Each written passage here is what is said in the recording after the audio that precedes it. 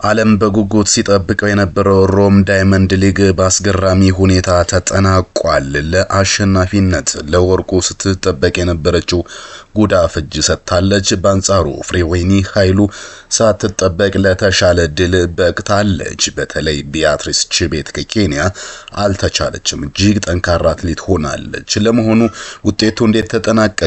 እነዚህ ሶስት አትሌቶች ማናቸው? ታሪካቸው ምን ይመስላል? እስካሁን ምን የወርቅ የብር የነሐስ ሜዳሊያዎችን የት ሀገር ወስደዋል የሚለውን ሁሉ ስፖርት በዝርዝር ይነግራችኋል። ለጥቂት ደቂቃዎች አብረን እንድንቆይ እንጋብዛለን።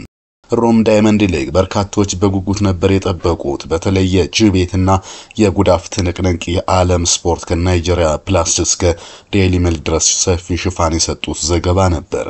በ5000 ሜትር ሴቶች ኢትዮጵያን አትሌቶች ኬንያዊቷን ቺቤትን ሊያቆሟት አልቻሉም። በውድድሩ ኢትዮጵያዊቷ አትሌት ፍሬወይኒ ኃይሉ እንዲያውም ሳትጠበቅ የርቀቱ ወደፊት ተስፋ መሆኗን ማስመስከሯ ለኢትዮጵያ መጽናኛ ሆኗል። በእርግጥ ኢትዮጵያውያን ወርቅ ስለለመድን እንጂ ሁለተኛ የሚያስከፋ ውጤት አይደለም።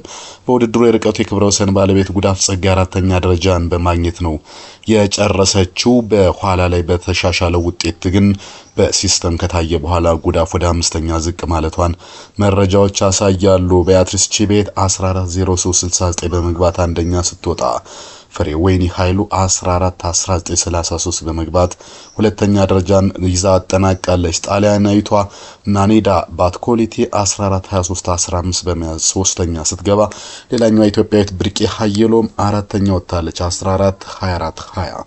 ጉዳፍ ጸጋ አምስተኛ 14:24:86 መሆኑን አሁን የወጣው መረጃ እያሳየ ይገኛል። ነገር ግን እስካሁን ድረስ በይፋ ሲነገር የነበረው ጉዳፉ ለአራተኛ ደረጃ ላይ እንደነበረች ነው። ሌላም በርከት ያሉ ኢትዮጵያውያን ነበር የተሳተፉት። ጫልቱ ዲዳ 7ኛ ወጣለች። አለሽኝ ባጎቀ 8ኛ ወጣለች። አሳየሽ አይቸው ደግሞ 9ኛ ደረጃ ወጣለች። በርከት ያሉ ኢትዮጵያውያን በተሳተፉበት በዚህ ውድድር ውስጥ ከ1 እስከ 10 ባለው ደረጃ 6ቱን ኢትዮጵያውያን መያዝ ችለዋል።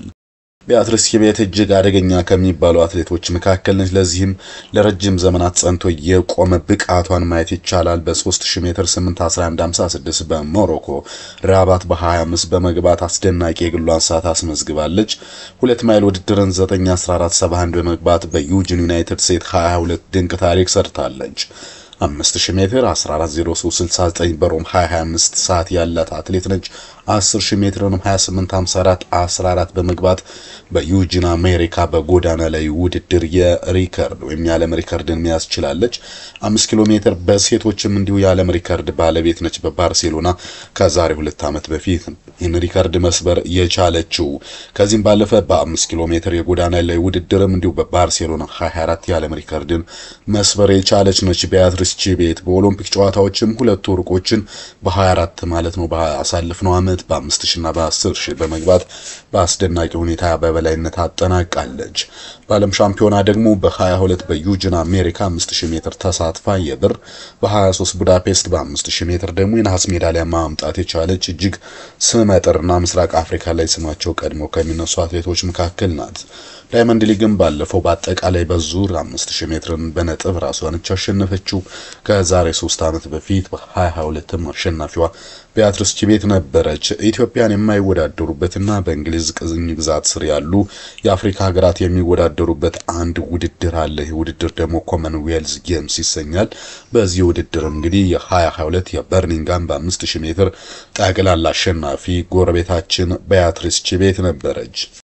በአፍሪካ ውድድሮችም እንዲሁ በተመሳሳይ በአፍሪካ ሻምፒዮንሺፕ በ22 በሴንት ፔረር በ5000 ሜትር የወርቅ ሜዳሊያ ባለቤት ነበረች። በዓለም የሀገር ውስጥ ሻምፒዮና ማለትም በዓለም ክሮስ ካንትሪ ሻምፒዮንሺፕ ማለት ነው በ2019 አህሩስ በ23 ባትረስ በ23 በዚሁ በተመሳሳይ ቦታ በ24 ቤልግሬድ በተለያየ ርቀት በ2019 አራውስ በተደረገው ውድድር 5 ወርቅና 1 የብር ሜዳሊያን ማምጣት ችላለች። በወርልድ ሮድ ራኒንግ ሻምፒዮንሺፕ ደግሞ በ23 ሪጋ 5 ኪሎ ሜትር የወርቅ ሜዳሊያ ባለቤት ነች። በዓለም ወጣቶች ሻምፒዮና በ2018 ቴምፕሬ በ5000 ሜትር ወርቅ፣ በ2019 በናይጄሪያ አብጃን 5000 ሜትር ወርቅ በማምጣት ስሟን ከፍ ባለ ሁኔታ ማጻፍ የቻለች አስደናቂ አትሌት ነች።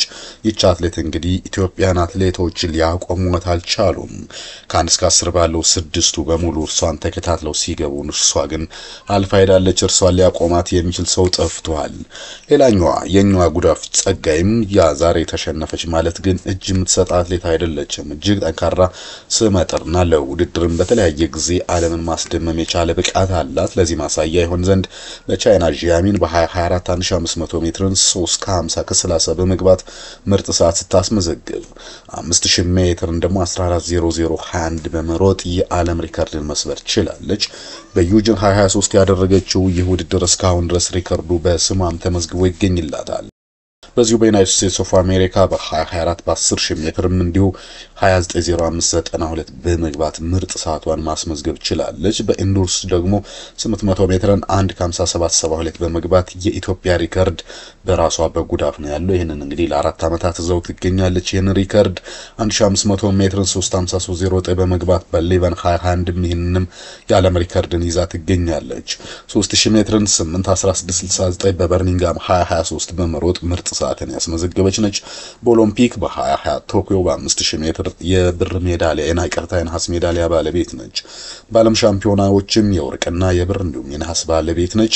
በ22 በዩጂን የወርቅ ሜዳሊያ፣ በ23 ቡዳፔስት የወርቅ፣ በ22 ዩጂን የብር እንዲሁም በ2019 ዶሃ ደግሞ የነሐስ ሜዳሊያ ባለቤት ነች።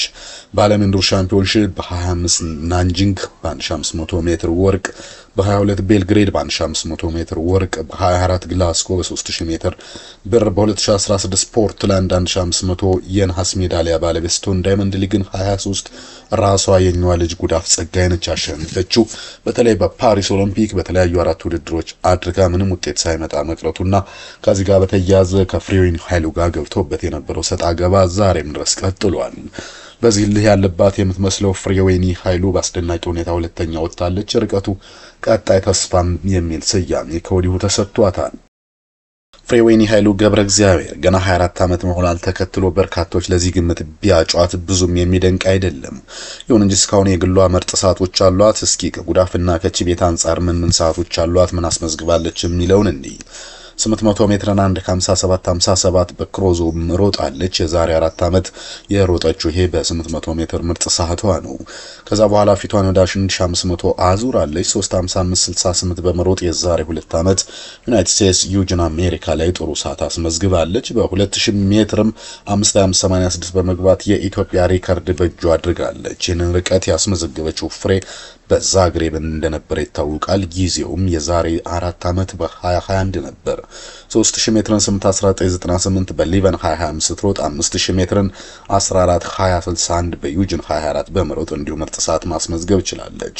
800 ሜትርን በድጋሚ 2:06:46 በማስመዝገብ የዛሬ 2 ዓመት ጥሩ ሰዓት አስመዝግባለች። በቱሪን ደግሞ 3:55:28 1500 ሜትርን በመሮጥ በባሳለፍነው ዓመት ጥሩ ሰዓቷን አስመዝግባለች። በስካውን ድረስ በስሟ የተመዘገቡ በ24 ግላስጎ በ1500 ሜትር በዓለም የቤት ውስጥ ሻምፒዮና ወርቅ፣ ባሳለፍነው ዓመት በናንጂንግ ማለትም የዘንድሮ ዓመት ይቅርታ ናንጂንግ በወርቅ ሜዳሊያ 3000 ሜትርን በማምጣት ስሟን በጥሩ ታሪክ ማጻፍ የቻለች ነች። ከዛ ባለፈም በሪጋም በዛሬ 2 ዓመት በ1 ማይል ውድድር ላይ ሁለተኛ በመውጣት የብር ሜዳሊያ ማምጣት የቻለች ነች።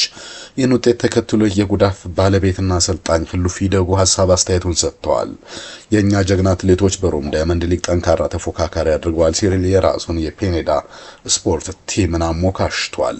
በ5000 ሜትር አራተኛ ብርቅ ኃይሎ 14:24 ጉዳፍ ጸጋ 14:24 ጫልቱ ዲዳ ለመጀመሪያ ጊዜ ወጣ 14:27 በመሮጥ ጨርሰዋል። ይሄ ምርጥ ነው ሲል ሐሳብ አስተያየቱን ሰጥቷል።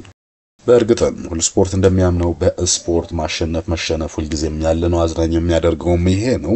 ወደፊትም ኢትዮጵያን አትሌቶች እንግዲህ በዚህ ርቀት ጠንክረው ይመጣሉ ተብሎ ይጠበቃል። ጉዳፍ ጸጋይም ቢሆን ዛሬ ውጤት አልቀናትም ማለት ምንም ማለት አይደለም። በተለያየ ጊዜ ዳግም ታሪክ አትሰራም ስትል በተለያየ ጊዜ አስደምማናለች። አይ ታሸንፋለች ሲባልም የምትሸንፍበት ጊዜ አለ። ሩጫ ስፖርት እንደዚህ ነው።